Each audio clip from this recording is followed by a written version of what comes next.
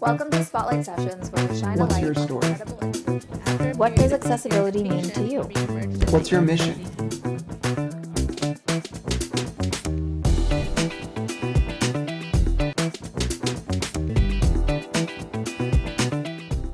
Hello, and welcome to another episode of the Spotlight Sessions. My name is Avital. I am the host for today, and I'm really excited to be speaking with Brian Poth, who is the Executive Director of the Source LGBT Center. How are you today? I'm great. Thanks for having me. Of course, it's such a pleasure to be speaking with you today. So why don't you tell us a little bit about yourself? Sure. So my name is Brian. I use he and they pronouns. I am the co-founder and executive director of a resource center in Central California. We serve our LGBT plus community.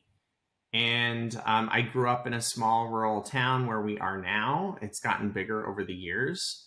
But I felt very different growing up. I knew I was different. I knew I was probably gay. I identify as queer now, but I couldn't wait to get out of my small town and move to like Los Angeles, where I could just feel like I could be myself. So I grew up here. I moved away. I lived in LA for 30 years. I became an actor. And I was an actor for 30 years on television. And, I moved home because my sister got sick and I needed to be closer to family. And that was about 8 years ago. And when I moved home, I realized that there were no services here for LGBT people. I couldn't find a therapist. I couldn't find a doctor. I couldn't find my community. And so that was not okay for me. So I met a couple other people and we started the center. That's amazing. And can you tell us a little bit more about some of the services and the work that you're doing at the center? Sure. So we are in the central part of California, and California is gigantic. Our little community, our town is pretty small. It's about 145,000 people.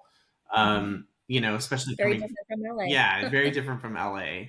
But our county is like 10 times the size of LA County. I mean, it's the size of Connecticut. And we actually serve 3 counties. So if you combine them all together, it's like New York, Rhode Island, Connecticut, and we're the only LGBT center there. So we offer programs for, we started as a peer support model where it was all volunteer led.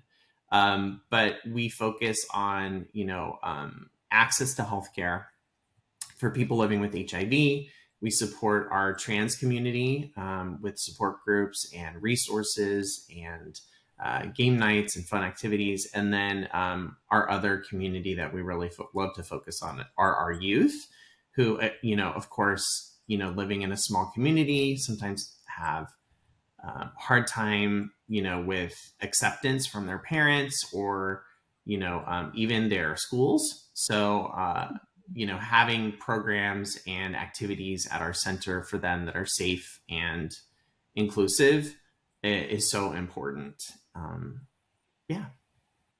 Definitely. And also building a community is so important. I mean, you touched on it a little bit when you were talking about when you were growing up and when you moved, but creating that community for youth must be so empowering, having had that experience as a young adult. Yeah.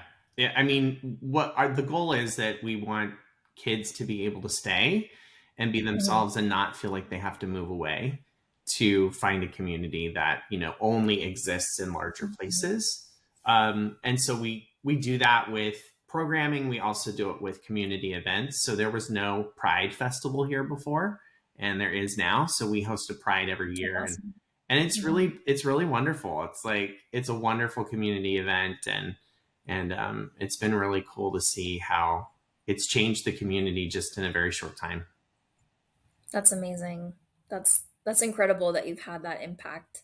Can you tell us maybe about a memorable moment or a story from your time, creating the center and everything that you've done so far that has had a lasting impact on you? There's so many.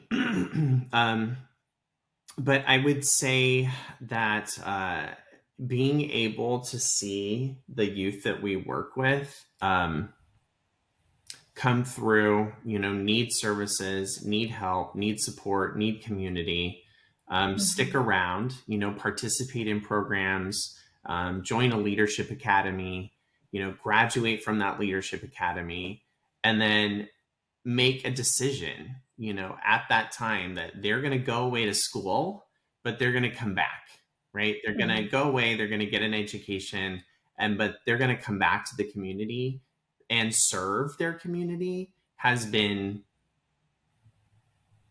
wonderful to watch. It's not just happened once, it's not just happened twice, it's happened a lot. And in Mhm. fact, two of the first Leadership Academy graduates that graduated from our program, they're now full-time employees. So we've been doing it long enough that like it worked, Mhm. so to That's me, amazing. being able to work alongside those kids that are now adults and now they're running the program that I Yeah. was running, a couple years ago, or is just that's exactly what we wanted to happen, and we've been really Mhm. fortunate that it has. Yeah, definitely. It feels like a very full circle moment also, which is incredible. Um, we typically like to ask this question to all of the guests that come on the show, and that's because everybody always has a different answer. Of course, we know that everybody is different. Everybody has unique experiences, and that's definitely a big part of why. But what first comes to mind when you hear the word accessibility, and what does accessibility mean to you? I have a couple answers. So accessibility to me means opportunity, Mhm. um, and equity and freedom. And I don't think any of that can happen without care. Like, you have to care about people. You have to, just like what you said, you have to acknowledge that everybody's different and everybody needs something different. It's Mhm. not a one size fits all thing. You can't provide one thing, and you can, but everybody's going to have a different experience with it. Mhm. Um, so I think for me, accessibility is about opportunity. Um, and what it means to me is that it's really important as like a consumer, who Mhm. needs access to services, has had a difficult time finding things that I need.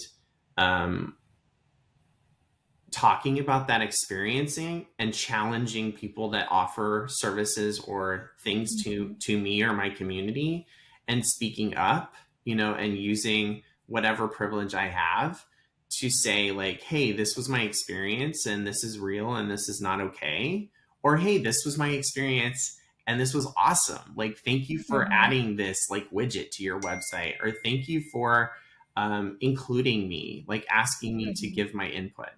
Then as a community leader, you know, um, or a community organization,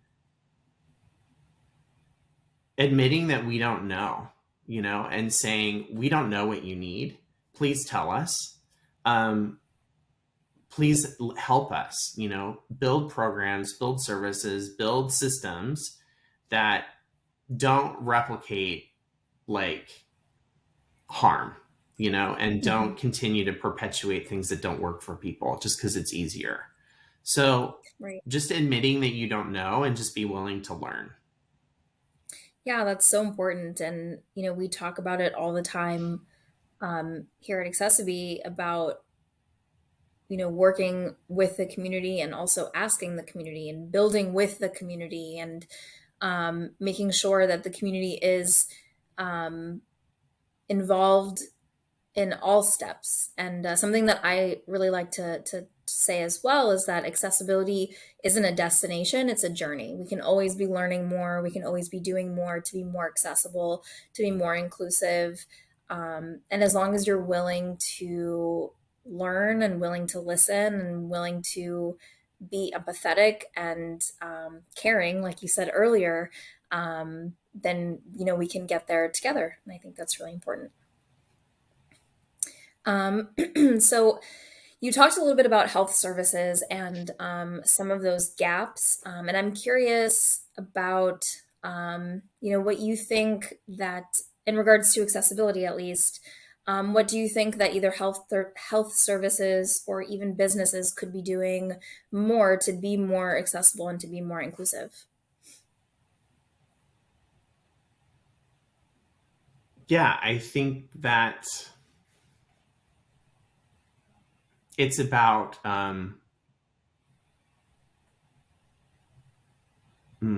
representation and, Hmm. um, like you said, inclusion. And, Hmm. you have to be able to look in a room or look in a system.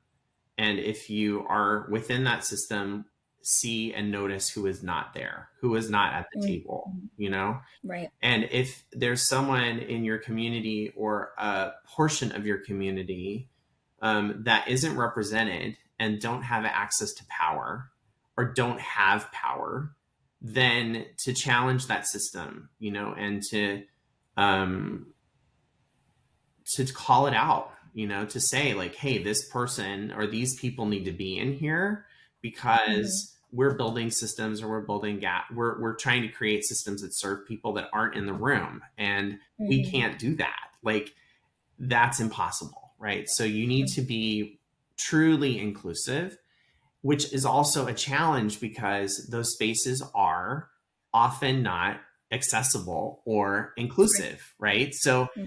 a lot of folks who would be invited to give their input are not going to feel safe because they've Hmm. been harmed for years. So it's not an easy answer. But like you said, it's a journey, not a destination, and there's a process to it. So if the place that you notice people aren't at is unsafe for folks, then you have to do the work, or we have to do the work to create a safer space, and that takes time, and that takes trust. You have to build trust with people. And what we say, in our LGBT community is like, well, sure, you invited us to your committee meeting and you just want to hear what we have to say. You want to kind of take our labor and take our thoughts and mold them into something, but you're not in our spaces. You're not coming to our events. Hmm. You're not participating in our community either. So I think it's a two-way street. You can't just ask folks to participate to help your system improve. You need to be participating in communities as well. Definitely. I couldn't agree more.